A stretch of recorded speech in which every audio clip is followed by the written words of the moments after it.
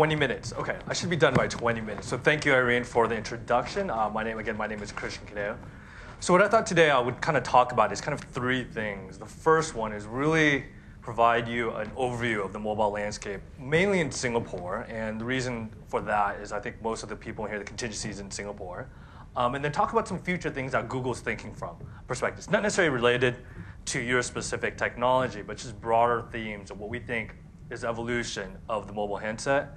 And the final part is just really showcasing how Google plays in this in terms of an advertising and a marketing perspective. So with that, let me jump into the mobile landscape. What we've seen is in Asia, in US, UK, there's a whole bunch of research that goes out pretty much every quarter as it pertains to the mobile phone audience. The problem, the challenge in Asia is really there's a dearth of that information. There really isn't any information. And at Google, we wanted to set that right. We wanted to change that because without any really verifiable information, you as marketers, you as agencies, you can't really make any decision as it pertains towards mobile handsets, let alone mobile advertising. So what we did a couple months ago was ran this research that spanned, I believe, 40 countries and was really trying to understand the mobile phone audience. Who are these consumers? What do they do? What's their psychographic? What's their demographic? And what's great about this is massive report, about 100 pages for every country that you see here in Asia Pacific. I'm obviously not going to go through that, but if you do want it as a side note, definitely reach out to the Google representative you work with. We can send you that presentation, as well as there's a link online that you can Google called Our Mobile Planet. That's a free tool that allows you to see all this information, et cetera, et cetera. So what I actually want to show you is just drill down in Singapore because we're all based here and there's probably a huge contingency that's only focused on Singapore, and give you a couple of tidbits as it pertains to what the Singapore mobile phone audience is about, what is the penetration, et cetera, et cetera. So let me run this video versus me actually going through relatively dry slides.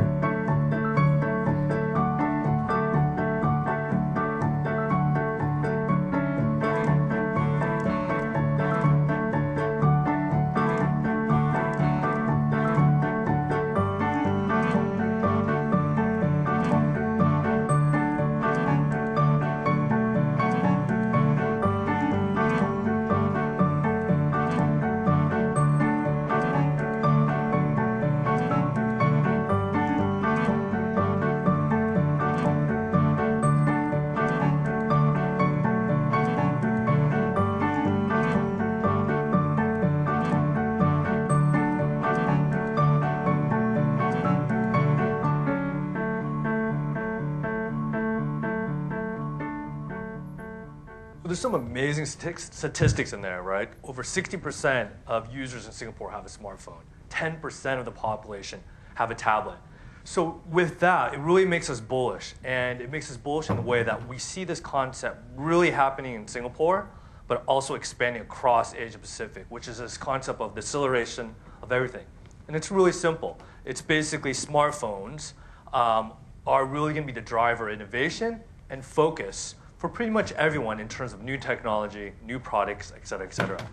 Now, for the point of this presentation, there's many different areas that I can go to in terms of smartphone innovation, right? But I'm going to focus on one thing, specifically commerce.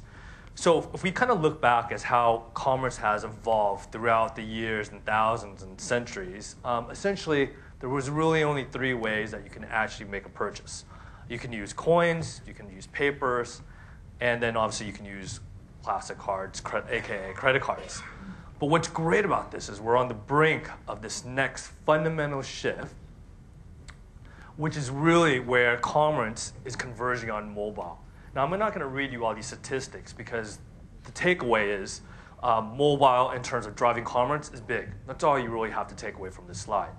And because of that, that's why Google is really focused on this concept, which is your mobile phone is essentially going to be your best shopping comparison in terms of driving commerce on the mobile handset. So we come up with this basic principle, which is our vision is basically to help you, or consumers, excuse me, reach at key shopping touch points products that help your life make it easier for you to do e-commerce. So for today, I'm actually going to talk about two things. The first one is Google Goggles. So someone did mention up Google Goggles during Gap's presentation. I'm going to showcase you a video of what Google Goggles is. And if you don't know what it is, the best way to think about it, and you'll understand after I tell you the sentence, is Google Goggle is the mouse clicker for the offline world. Now you're probably asking, what does that mean? Well, let me show you a video, and you'll definitely understand it after this video.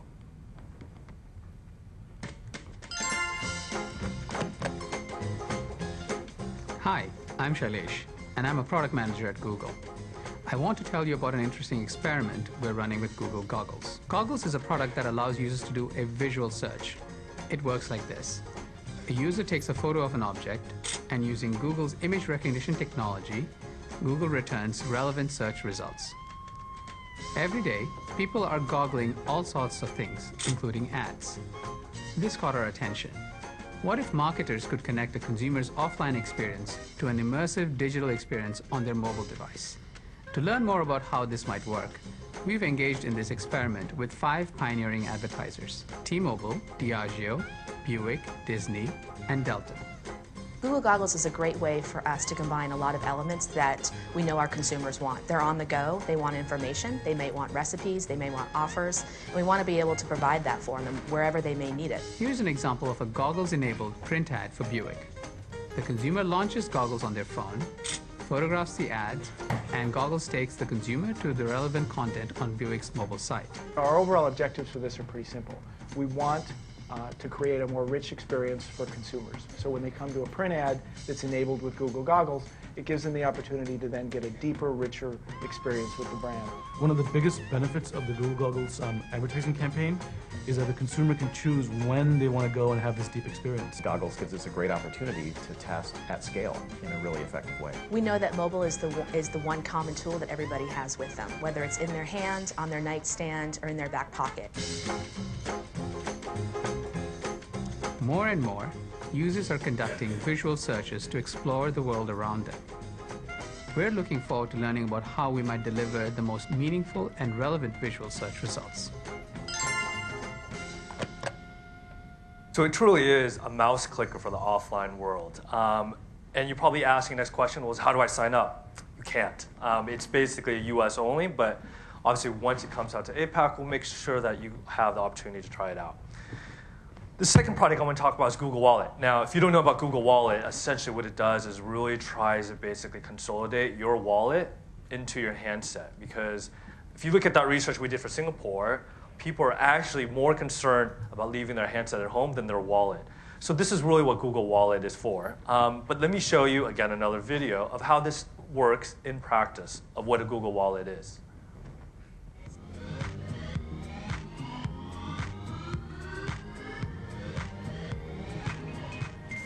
I'm with Google Wallet today, and we'd like to help pay for your purchase. All you have to do is just tap it right where the pay pass is. Wow. Look at that. The best part about it is it lets you put your credit cards on your phone. Right now, you get a 15 or 10% off select items in Macy's. Oh, thank you. So excited about this. This is like, I'm going to do it. I'm going to do it. It's so innovative. It's wonderful. So these are two products that really think in the next 6 months, 9 months, 1 year, it's going to drive e-commerce transaction on the mobile handset. And there's definitely going to be a place for marketers to be part of this, this commercial product on both of these. So where does that go? What is the opportunity for you now? Because obviously these two products are in beta. They might not come to Asia Pacific for quite a little while. What can you do now on Google Mobile to reach a mobile phone audience? Well, let me kind of tackle in 3 different steps. I want to talk about in terms of how you can actually target on mobile advertising, where your ads would show up, and then finally what these ad units look like. So in terms of targeting, one of the best things to take away about targeting on mobile handset is it's almost on par with the targeting that you can do on PC. So there used to be a gap between the two, but at this point there really isn't. So whatever you can target on PC, you can target mobile, whether it's by keyword, channels, location, devices, content. It's pretty much similar to what you can do PC. So it's not alien to what you're already doing now. But what's even great about this is in terms of the targeting, is even advancing faster than we initially anticipated. Example, we can do remarketing now on mobile handsets. You can do demo targeting on mobile handsets. So the key takeaway is don't think mobile, when you advertise on mobile, is less in targeting and granular functionality as PC. It's not. Whatever you can do on PC, in terms of targeting, you can do it on mobile handsets. In terms of where your ads show up, or your marketing message, there's 4 places that your ad shows up on Google Mobile. And I'll take you through each one of these pretty quickly. The first is on mobile sites. So if you go on your handset, either your Android browser or your iOS Safari browser, and you type Forbes.com, you would get a banner image that would show up on these mobile sites. The second place is applications. So if you play Angry Birds, if you play MediaCorp, you would see your ads on applications. The third is on mobile YouTube, which Anil kind of covered. And then last is obviously you also shows up on mobile search. So that's great. You talked about targeting. You talked about where the ads show up. What do these ads actually look like? And I think one of the great things is in terms of mobile advertising, it's evolved from really simple text and banner ads, which that's probably what everyone thinks it is, to really rich and engaging experience. So let me give you a couple examples here of the ads that you can run right now in any country on Google Mobile.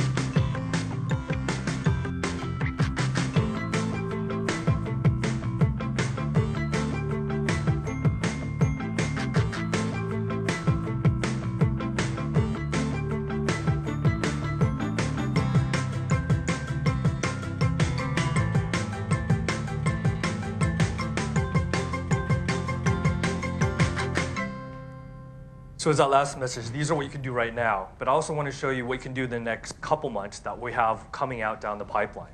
So one of the things we're going to do is we're going to really invest in terms of rich media on mobile handsets. So these are some of the 8 brand new ad units that you can do. I'm not going to go through each one of these. I'm just going to show you a couple of one of those, which are actually pretty interesting. The first one we have is basically a Spotlight, full-page ad with Spotlight Showcase. So imagine a user goes to an app, they see this full-page ad, and then they can click on a section on that ad to really drill down to a specific area of that ad and get more information about it. We also have a 360 showcase, where essentially the user, imagine that this car, can swipe it around, interact with it, to check out the different images of the car.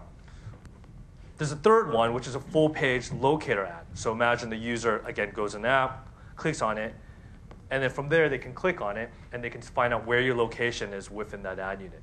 So these are some of the display banner ad units that we have rolling down in the pipeline in the next couple months. What about mobile search? Well, there's innovation in that as well. And these are some of the cool ad executions that we're going to have. Vanity phone number. So let's say you have you have a number that's 654. It's not very memorable to consumers. You can basically run it through our system and have a number that's very easy for consumers to remember. Example, 1-800 vending machine. Deep links, I'm not going to talk too much about that, but offer ads, where the user does a search and they can get a coupon right on their handset that they can SMS or email to themselves. Communication ads. Imagine all you want are just leads, emails, phone numbers for your consumers. Why can't they just do it on the search engine results? Why do they need to go to your landing page? So these are a whole host of ads that are coming soon on mobile search. So I have 4 minutes, and I'm going to leave with some examples of why mobile really works. The first example I want to talk about is related to technology, which is a campaign we did for Intel that ran in Indonesia, India, and Australia. And the concept was simple. They were basically marketing a message to upgrade to the latest Intel processors on mobile handsets. Now, what was the results of this campaign? It was relatively straightforward. It was banner ad units that ran across all mobile handsets, encouraging people to get the newest Intel processors. Intel could have gotten click-through rates, clicks, impressions, et cetera, but we thought we wanted to make it a little bit more interesting because at the end of the day, for Intel, they don't sell it directly to consumers, and it's probably similar to a lot of brands here. You go through a third-party retailer, merchant, et cetera. They wanted to find out, okay, you can tell me impressions and clicks, but did it fundamentally shift perception of my brand? Did you increase purchase awareness? Did you increase association? Because that, for a brand, is very crucial that does not sell to consumers. You can tell me I got 1 million clicks, but if it didn't really shift consumers' perception, then we need to talk because I don't know if it's effective or not. So what we did was we ran a study that coincided with this campaign, and the simple result was measuring people who saw that versus people who did not see the ad. Now, the people who did not see the ad, meaning on a mobile handset, are in blue. People who did see the ad were in green. And across all the categories that Intel cared for, awareness, category relevance, processor brand relevance, brand preference, you can pretty much clearly see that people who did see the ad, there was a fundamental positive shift versus people who did not see it. And that, to Intel, is a measurement of success. The next campaign I'm going to talk about, or the next case study, actually the last case study, is something we did internally at Google, and it was really to drive downloads of an application on your iPhone. And what I wanted to show you is, I actually want to show you the video, again, a video, but it's a really cool video, of what the ad looks like, because it's an amazing, innovative, and engaging experience that's not an application. So just remember that. It is not an application, it's an ad unit.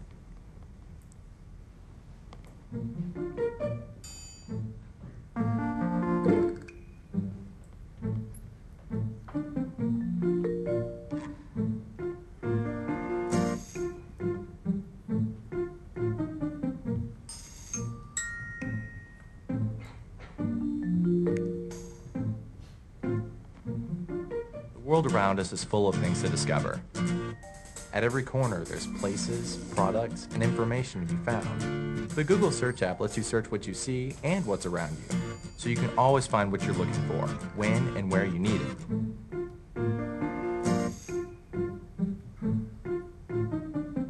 The Google Search app lets you search by just taking a photo. For example, if you're thinking about whether to buy something, snap a picture of the barcode.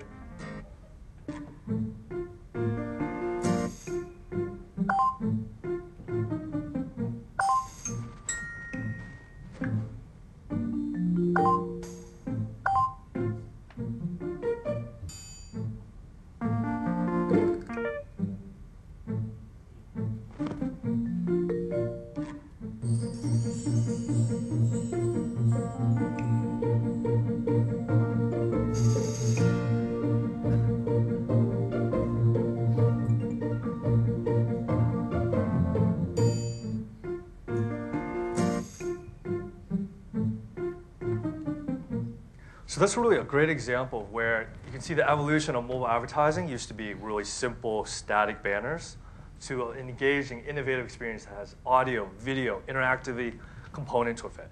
And the result itself was actually pretty amazing. On average, people spend about 50 seconds playing with an ad. I mean, again, it's an ad, it's not an application. And over 50% of the people actually went on to download an application.